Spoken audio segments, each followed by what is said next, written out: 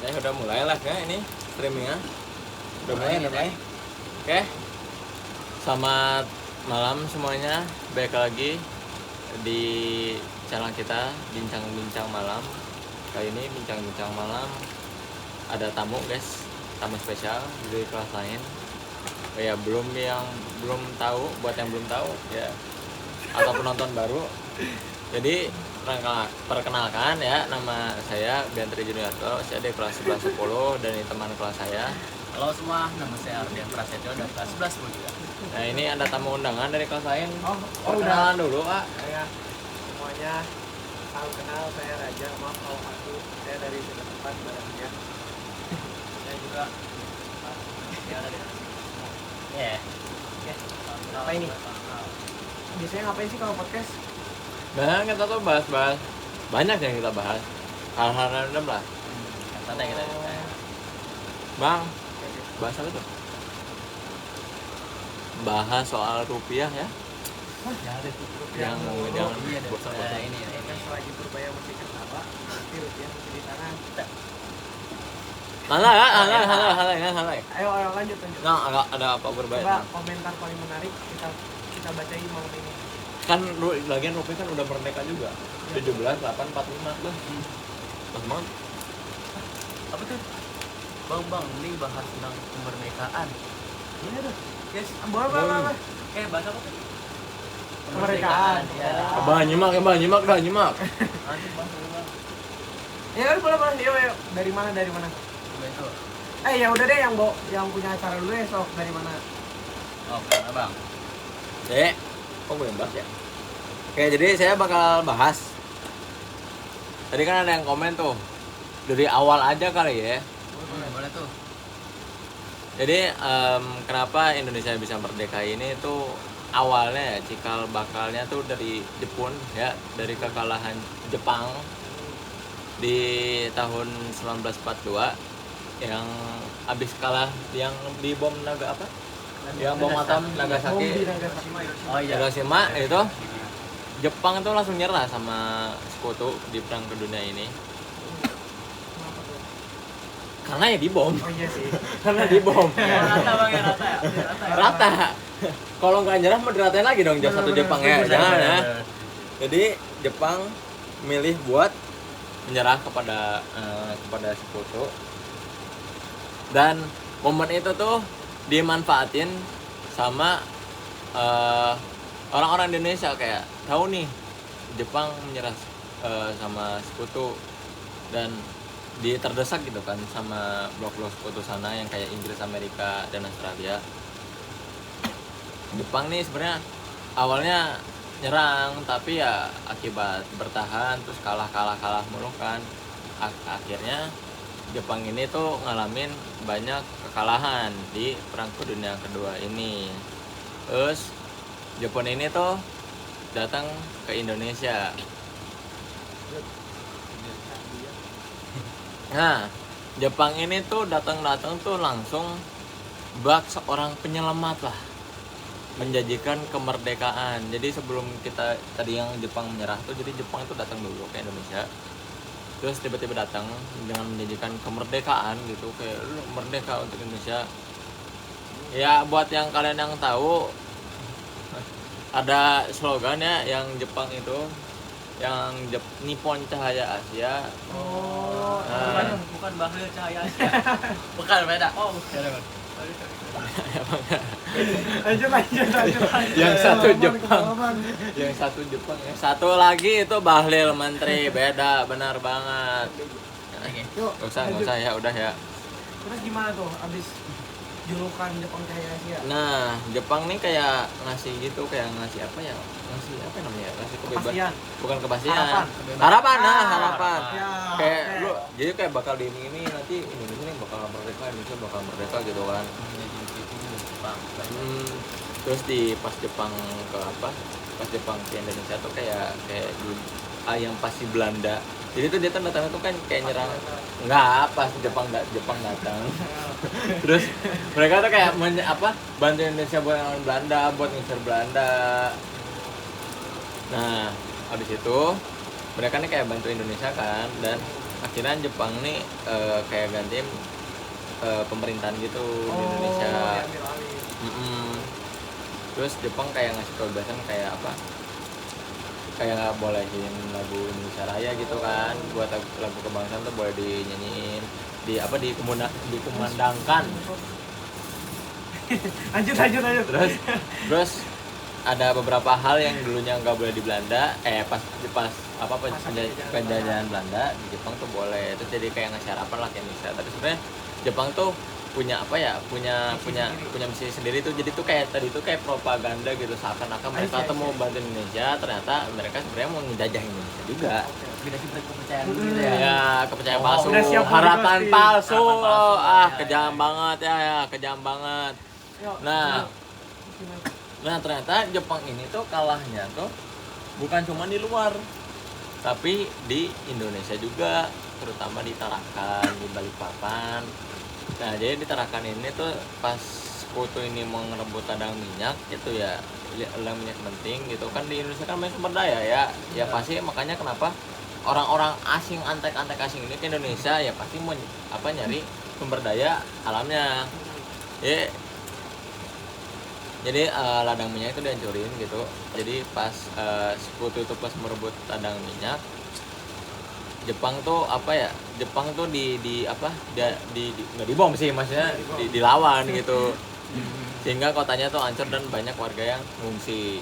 Terus pas di Balikpapan juga sama, pas pasukan Australia nih dari KNIL ini nyerang Jepang pada Juli 1945, hingga Jepang tuh kalah pada 21 Juli 1945. Hingga rakyat tuh ngalamin kelaparan sampai penderitaan lah akibat perang ini, banyak deritanya. Terus juga terjadi di Morotai. Morotai itu pulau paling utara lah yang ada di Maluku, Utara. Ya, udah utara banget. Ujang kedu ya. Udah ujung lagi. Ini pertempuran besar ya, udah berlangsung lama lah dari 1944 dari September 1944 sampai Mei lah 1945, yang ngasih penderitaan lagi ke rakyat Indonesia gitu. Itu bang masa tiba-tiba merdeka cuma karena Jepang kalah? Oh itu boleh lanjutin gak nih? Ya Oke. Jadi sebenarnya nggak begitu aja merdeka teman-teman, tapi Jepang ini tuh awalnya kan dia ngasih yang ngasih harapan palsu itu kan. Nah itu tuh dia ngasih harapannya bukan cuma dengan kayak sekedar omongan doang, tapi dia beneran ngasih kayak contohnya nih bikin BPUPKI. Nah, tapi awalnya BPUPKI rencana propaganda Jepang. Makanya ini tuh dibikinnya sama Angkatan Darat ke-16 di Jepang. Nah, kenapa si BPUPKI ini awalnya nggak berhasil? Itu karena yang dipilih itu cuma yang orang-orang pilihan Jepang aja, orang-orang yang dipercaya sama Jepang. Tapi setelah itu kan Jepang kalah ya. Nah setelah Jepang kalah itu tuh Indonesia inisiatif lagi tuh buat bikin PPKI. PPKI ini dibikin langsung sama Jenderal Terauchi. Terauchi kan? Terauchi. Tahu nggak? Terauchi. Benar. Ya. Nah Jenderal Terauchi ini jenderal perang terbesar di Asia Tenggara waktu itu teman-teman. Makanya dia pangkatnya apa berarti? Mana jenderal dong, jenderal orang tertinggi gimana? Ngetes fokus. Ya, coba. Nah, Jenderal Terauchi ini jenderal tertinggi di Asia Tenggara, teman-teman. Terus akhirnya dia milih lah orang-orang penting kayak Soekarno, Muhammad Hatta, Muhammad Yamin buat bikin PPKI di tanggal 9 Agustus. Lah kok saya nggak dipilih sih? Lau sapem, proy. Ya, terus 19 Agustus ini PPKI setelah dibuat. Nah, terus tapi kan balik lagi nih, Jenderal Terauchi ini kan orang Jepang ya. Nah, pasti tuh ada rencana tersembunyinya. Setelah itu tanggal 12 Agustus petinggi-petinggi yang kayak ya Soviet lagi. Ya udah pokoknya petinggi-petingginya kayak Soekarno dan jajarannya itu tuh dibawa ke Jepang waktu tanggal 12 Agustus. Ngapain ke Jepang jalan-jalan? Nah, kayaknya bisa jadi open trip tuh. Naik ke Gunung Fuji. Bisa.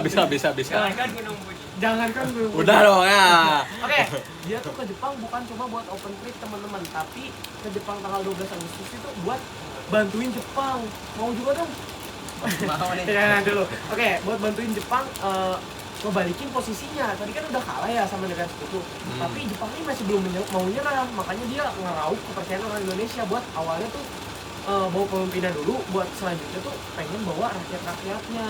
Oh, di ini brainwash. Iya, di brainwash dulu tuh pemimpin-pemimpinnya. Cuma sayangnya waktu 18 Agustus Soekarno tuh ternyata nolak teman-teman buat jadi rekanannya Jepang. Kenapa tuh? Nah, karena itu tuh ada beberapa hal yang tidak sejalan sama ideologinya Soekarno. Kayak dia tuh harus ikutan perang, sedangkan ideologi Soekarno tuh pengennya damai. Karena kan Soekarno suka punya istri banyak, maksudnya. Hah? Oke, Nggak suka lanjut. Nggak suka iya keributan. Benar. Sebelum berhasil pulang ke Indonesia, Soekarno tuh masih harus ada rapat lagi di Vietnam. Waduh. Di Ini ke Vietnam, ini film Rambo apa? Bisa gimana? jadi. Makanya Rambo ya kan. rapat lagi sekali lagi sama Jenderal Terauchi buat dibujuk-bujuk, dirayu-rayu, ayo dong. Rayunya gimana tuh? Ayo mas. Bukan. Nah, terus pada tanggal 14 Agustus kan berhasil pulang ya. Terus ternyata tanggal 15 Agustus Jenderal Terauchi ini akhirnya mutusin buat kayak kayaknya ini udah akhir banget deh buat Jepang. Akhirnya tuh Jenderal Terauchi tuh nyerah bener-bener. Terus dia ngasih kabar ke Soekarno dan rencang-rencangnya yang waktu itu baru balik ke Indonesia. Jadi kata Jenderal Terauchi kurang lebih gini, no, gue kayaknya udah mau nyerah deh. No, Bahasa kita ya. Bahasa kita ya. Oke. akrab banget maaf. Ya pokoknya gitu deh. Kayaknya udah nggak bisa deh buat nyelamatin Jepang. Udah deh umumin kemerdekaan. Nah, oleh karena itu juga apa nih? Beritanya nyebar. Oh itu beritanya tuh nyebar. Jadi beritanya nyebar ke majalah Cahaya sama Asia Raya. Itu tuh jadi kalau misal sekarang apa ya kira-kira? Apa majalah yang terkenal sekarang? Majalah Bobo. Bukan sih pokoknya. Itu kayak sumber bacaannya yang terpercaya gitu kayak Kompas dan yang lain-lainnya gitu teman-teman buat Asia Raya. Nah, terus ada sedikit fun fact nih makan dulu. Oke, sedikit fun fact. Soekarno tuh pernah ngomong gini waktu baru pulang. Dulu saya pernah bilang kalau misalnya Ada hamnya? ya enggak juga sih itu bahasa kita. bahasa. Pokoknya dulu saya pernah bilang kalau Indonesia tuh bakal mereka sebelum jauh berjuang. Tapi sekarang saya berani mastiin kalau Indonesia tuh bakal merdeka bahkan sebelum jagung berbunga. Nah, fun fact-nya itu tuh baru dikasih tahu ke majalah bukan aset negara ataupun dikasih tahu ke orang-orang negara atau kepemimpinan itu waktu tanggal 2000 tahun 2000 sama Bapak Pranoto karena mungkin dia lupa atau gimana pokoknya baru itu ya Tahu ya. makan mulu gantian Oke lanjut guys. lapar. Apa tuh bang? Detik proklamasi bang. Oh oke. Detik. Berarti detik berapa bang? Detik 10 berapa bang? Jadi gini guys. Pada malam 16 Agustus 1945 itu tuh Soekarno sama Hatta tuh kembali ke Jakarta guys. Setelah peristiwa Ngas Dengklok kalau nggak salah tuh. Mereka tuh Ngas Dengklok ini? Iya. Tahu kan? Iya, tahu. Karawang jadi. Iya, ini Karawang itu loh. Wih, Karawang terkenal dong. Terkenal. Nah, itu tuh mereka bersama tokoh lainnya tuh bersama tokoh lainnya tuh menyusun teks proklamasi. Nah, di rumah Laksamana Maeda yaitu guys. Konsep proklamasi ini tuh ditulis oleh Soekarno sendiri. Lalu disempurnakan bersama-sama sama Hatta tuh sama Ahmad siapa itu? Ahmad Saroni. Bukan. Subarjo. Nah, setelah itu Sayuti Malik itu Sayuti Malik mengetik naskah proklamasi guys.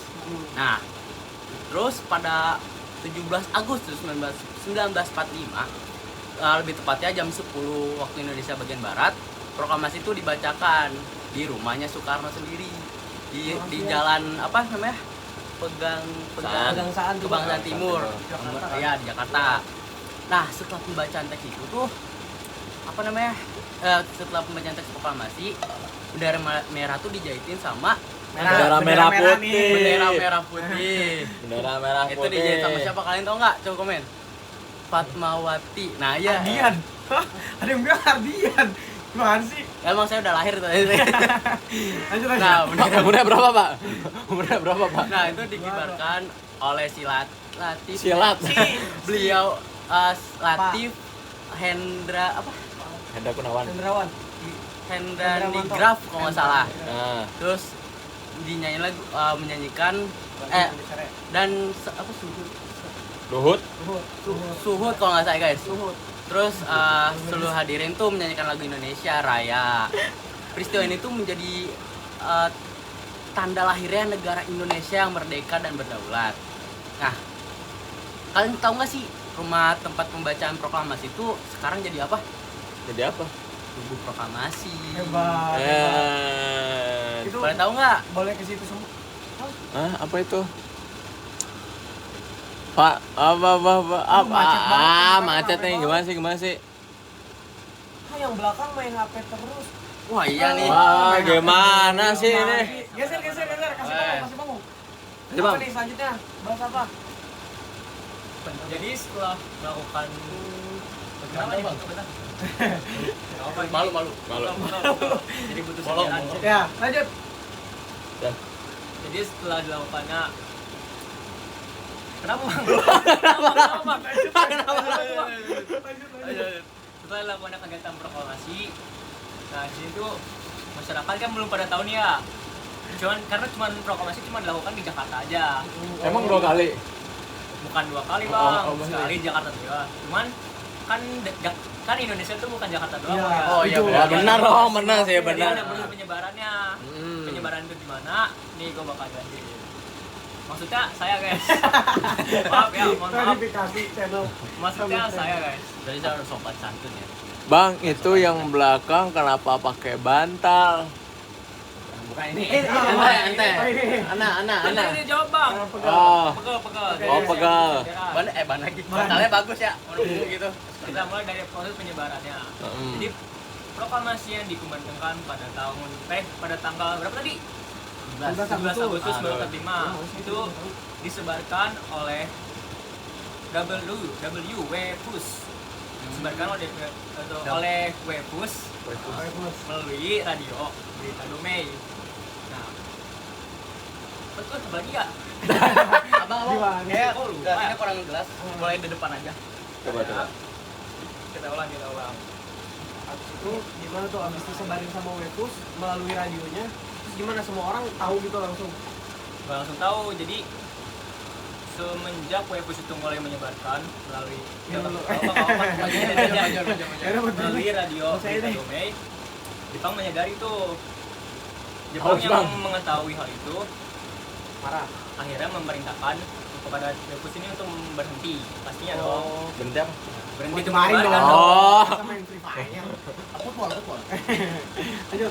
Nah, walaupun begitu, berita itu tetap bisa disebarkan. Tahu nggak kenapa? Nggak tahu. Karena dihack. Salah. Sama. Nggak tahu. Siapa tahu. Karena pada saat itu, Waidan B. Palemewen, yaitu kepala kantor dari perusahaan itu, atau nggak dari dia itu dari apa? Kantor dihack. kantor radio berita itu Dihack. CS Soekarno. nggak Dihack. dihack, tetap memerintahkan WPUS itu untuk menyebarkan setiap setengah jam sampai pukul 4 sore. Oh, berarti setengah jam. Woi, kabarin. Jam, ya itu untuk mengelabui pihak Jepang, karena setiap setengah jam disebarin sekali terus berhenti lagi. Nah, waktu Jepangnya memerintah untuk berhenti, WPUS itu bener-bener berhenti. Cuman setelah Jepangnya cabut, nggak merhatiin lagi, Sebarin lagi gitu. Oh. Selain itu, Canggih ya. untuk menghindari sensor Jepang, penyebaran juga dilakukan dengan bahasa daerah. Misalkan di radio Surabaya disebarkan menggunakan bahasa Madura yang tidak diketahui oleh pihak Jepang. Bentar ya. Oh, orang Jepang yang gak ada, Rek. Orang Jepang yang gak ada, Rek. Lanjut. Selain melalui radio, penyebaran juga dilakukan lewat naskahnya sendiri. Jadi pemuda Jepang kan, Jepang. pemuda Jakarta Mantu nih, itu ya. kan proklamasi dilakukan di Jakarta. Iya. Jadi pemuda Jakarta yang terlibat dalam Pas di sana, proklamasi pas di sana. Pokoknya yang ada di Jakarta tuh. Heeh. Nah, dia mengambil naskah proklamasi dari Soekarno, lalu iya difotokopi. Oh ya. Canggih. Difotokopi. Oh ya, fun fact guys. Pokoknya nggak tahu sih istilahnya fotokopi atau bukan ya. Yang Bukan penting fotokopi dicetak. sih. Salin, pokoknya. salin. Salin lah. Yang Nah. penting banyak gitu. Fun fact guys, jadi Naskah aslinya. naskah aslinya itu, naskah doksli, Dokter. dokumen asli. Jadi naskahnya tuh sempet, jadi tuh naskah aslinya tuh sebenarnya udah dibuang guys, dibuang ke tempat sampah dan ditemui lagi sama wartawan. Oh makanya tadi di ini kan di apa disebarin kan. Karena ketemunya sama wartawan. Iya. Masuk akal. Jadi naskahnya tuh pernah kebuang, naskah aslinya tuh pernah kebuang ke tempat sampah, untungnya ditemui sama wartawan itu. Lanjut. Lanjut bang, Habis disebarin. Lanjut apa lagi ya? Setelah penyebaran apa bang, lanjut apa bang? sambutan. Sambutan mana? Sambutan ini ketua eskul apa gimana? Mungkin sambutan masyarakat Indonesia ya. Ya. terhadap penyebaran proklamasi tersebut. Sayang. Lanjut. Nah, jadi sambutan terhadap berita proklamasi ada di dalam negeri, ada juga di luar negeri. Untuk yang awal kita dalam negeri dulu. Nah, berita proklamasi kemerdekaan Indonesia disambut dengan penuh kegembiraan oleh Lewat Kompas masyarakat TV. Indonesia. Enggak dong, oleh masyarakat Indonesia dong. Wah, enggak siapa tahu lewat Kompas gitu ya kan sebari. Oh, belum ada. Lanjut. Apa? Terutama oleh pihak pemuda, tentunya pemuda, karena jiwa semangat pemuda tuh Membara gitu ya. membara. Pemuda ya, kita pemuda ya. Ya, membara. Pemuda yang mendengar hal itu kan pastinya kayak langsung terbakar semangat nasionalismenya. Ah, Mereka ingin segera mengambil alih kekuasaan, senjata, dan fasilitas perang dari Jepang. Namun proses pengambilannya tidak ada sih. Jadi proses pengambilan itu ada yang langsung bisa diambil, ada juga yang harus melakukan perlawanan seperti di Surabaya. Nah, pada daerah Jakarta, para pemuda mengadakan rapat besar di lapangan Ikada pada 19 September 1945. Dalam rapat tersebut, Insinyur Soekarno memberikan pidato singkat sebagai Presiden Indonesia. Walaupun diawasi tentara Jepang, rapat berlangsung tertib dan damai. Pada hari yang sama, di Surabaya terjadi insiden perobekan bendera di Hotel Yamato. Oh, Nah, yang itu merah itu. putih biru. Ya, yang merah putih biru itu. Nah, itu tuh proses pengambilan alih kekuasaan yang tidak berlangsung damai. Harus ada peperangan Oh, dulu. yang regresi militer itu ya, yang Iya. apa? Yang kan Indonesia udah merdeka, nggak terima nih, Indonesia merdeka nih. Betul. Orang Belanda mengibarkan bendera Belanda, tapi para pemuda Surabaya menurunkan dan merobek bagian birunya sehingga menjadi bendera merah putih. Peristiwa ini menjadi simbol bendera merah putih. Bang, Kenapa, Bang? bapak gue yang ngerobek tuh. Pokoknya keren gitu. Boleh. Lucu kamu. Lanjut. Nah, Lanjut. Lanjut guys. Enggak mau. ya di Hotel Yamato kan Belanda tuh mengibarkan bendera merah, putih, dan biru. Ya. Namun pemuda yang berpikir kalau dia udah merdeka nih ya berkobarlah semangatnya untuk Ah. menurunkan benderanya dan merobeknya menjadi merah putih, yaitu bendera kita sendiri. Ya. Oh, ini yang Oke. kata ada cuplikan tahu sih yang Oh itu udah dijadiin filmnya. Iya, yang itu. Oh, yang itu. Kok lo main HP terus sih? Iya. Orang lagi kita Lanjut, respect dong, lanjut. hargain dong. Lanjut. Nah, peristiwa ini tuh menjadi simbol keberanian rakyat Indonesia mempertahankan kemerdekaan. Dukungan terhadap kemerdekaan juga datang dari Yogyakarta. Sri Sultan Hamengkubuwono yang Hamengkubuwono. Hamengkubuwono. Mana sih? Sri Sultan Hamengkubuwono IX dan Pakualam VIII menyatakan dukungan kepada pemerintah Republik Indonesia. Selain itu, dibentuk juga Komite Nasional Indonesia (KNI) di berbagai daerah seperti Aceh, Palembang, dan Surabaya. Palembang nih bos. Nah, awas ya. Semangat kemerdekaan juga terlihat dari banyaknya grafiti dan tulisan di dinding kota-kota. Banyak slogan ditulis dalam bahasa Inggris agar dunia internasional dan tentara sekutu mengetahui bahwa bangsa Indonesia ingin merdeka dan menentukan nasibnya sendiri. Nah, berita proklamasi ini juga disambut baik oleh orang Indonesia di luar negeri. Jadi kita masuk ke sambutan terhadap proklamasi di luar negeri. Contohnya di Mesir, masyarakat Indonesia dan rakyat Mesir mendukung kemerdekaan Indonesia melalui media massa.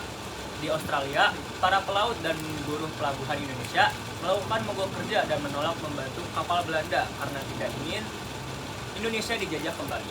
Keren dong. Solid, Indonesia solid. enggak? Indonesia solid. Enggak sampai negara lain tuh kayak setuju gitu loh, kayak berhenti.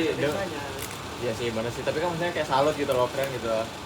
Terus Sampai mana? sampai Lanjut. Lanjut, Bang. Apa lagi nih? apa nih? Bang, kok lama banget? Ya, Yang disambut-sambut Palestina itu emang bener gak sih? Oh, itu benar juga. Jadi Palestina itu menjadi salah satu Negara bukan awal. salah satu sih, jadi negara pertama di Ya dunia. emang salah satu nggak sih, maksudnya Ya, kan benar, banyak benar. negara Ya. yang ngakuin. Ngakuin ini apa kemerdekaan itu masih Bener. Ya, itu benar. Ngakuin. Dan Palestina menjadi salah satu, bukan salah satu, Palestina itu yang pertama, negara pertama yang mendukung ataupun menyatakan bahwa Indonesia itu kemerdekaan. Dia tuh kayak kayak apa ya? Kayak apa namanya itu? Ya apa?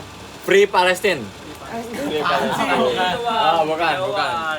Jadi Palestina itu kayak dia tuh mendukung itu dengan terang-terangan berani melawan. Kalau misal emang ada yang masih berani ngeluarin statement kalau Indonesia itu negara dijajah, Palestina itu berani pasang badan. Posisinya Oh. waktu itu tuh Palestina kalau nggak salah belum dijajah, jadi 1941 itu dia masih sebuah satu kesatuan negara utuh yang belum ada yang kayak dijajah sekarang gitu. Oh, yang sama Makanya- Zionis itu ya. Makanya sekarang Indonesia kan benar-benar ngebela besar-besaran ya. Presiden kita dari tahun lalu waktu Pak Jokowi juga kan udah mulai bersuara. Jadi Wah. itu tuh karena itu yang awalnya Palestina itu mendukung banget buat kita Palestina. panjang emang. Jadi buat masyarakat Indonesia jangan lupa buat dukung Palestina. Free Kita Palestine. dan Palestina bersaudara. Free Kita- Palestine. kita cinta mereka. Free Palestine. Bang, Bang, ini kapan udah hari mama aku nyuruh tidur. udah tidur aja ya. Ya udah tidur aja atuh ya. ayo. Udah bang, udah selesai bang, udah selesai ini. Apa ini? Yang terakhir bang, apa itu? Harapan abang buat Indonesia ke depannya. Siapa dulu nih? Pasir dulu boleh. Di mana-mana tamunya Tuan dulu. rumahnya dulu dong, ngasih contoh yang terbaik. Yuk, Iya, langsung. rumah saya sih rumah saya ya. Langsung, Maksudnya gas. gitu. Sikat. Ya, Awal. harapan saya sih ini serius ya. Jadi harapan saya tuh untuk Indonesia ke depannya nggak ada lagi apa ya, Statement statement nggak jelas, beda. hukuman. Bukan. Ya Tidak maksudnya Indonesia ini kan katanya kan apa? Lambang Pancasila Satu. Pancasila kan sebagai dasar negara. Maksudnya Indonesia ke depannya nih jangan jadi Indonesia yang gelap lah. Indonesia cerah, bener ya, Indonesia emas 2045. Terus pendidikan di Indonesia juga harus lebih merata Semua ya. diambil. Ntar kita ngasih harapannya apa? Indonesia jadi negara mundur. Nah, jelas. Lah kan masih ada banyak yang Oh, lain, iya. isu-isu sekarang kan masih banyak, maksudnya itu. Tapi yang paling emang pengen diungkapin ya itu sih apa ya, pendidikan di Indonesia lah. Pendidikan Indonesia tuh harus diratain lagi karena banyak kan sekolah-sekolah yang nggak layak gitu, maksudnya kan Di Papua. yang di daerah-daerah sana, bahkan ada orang Papuanya yang ngerasa yang ya itu ya itulah pokoknya soal pemerataan lah kan. Pemerataan fasilitas ya. Iya, pembangunan fasilitas pendidikan Indonesia. Coba dari dulu gimana? Abang dulu. Jadi Abang dulu deh. Kita muter-muter. pasti harapannya ya. Kan Indonesia ini sumber daya alamnya banyak ya. Juga dari tahun ke tahun tuh ada aja yang mau ngincer. Apalagi waktu sebelum Indonesia merdeka kan. Sumber daya alamnya Antek tuh asing. Bener-bener dicari banget.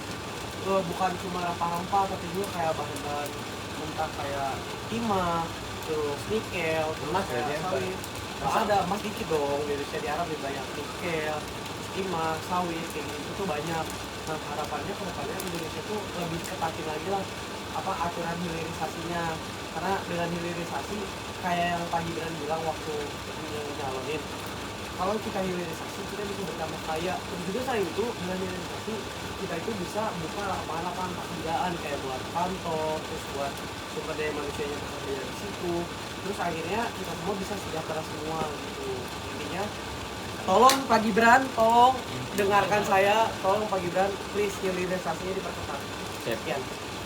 Berarti sekarang lanjut Pak Prabowo. Lanjut Prabowo.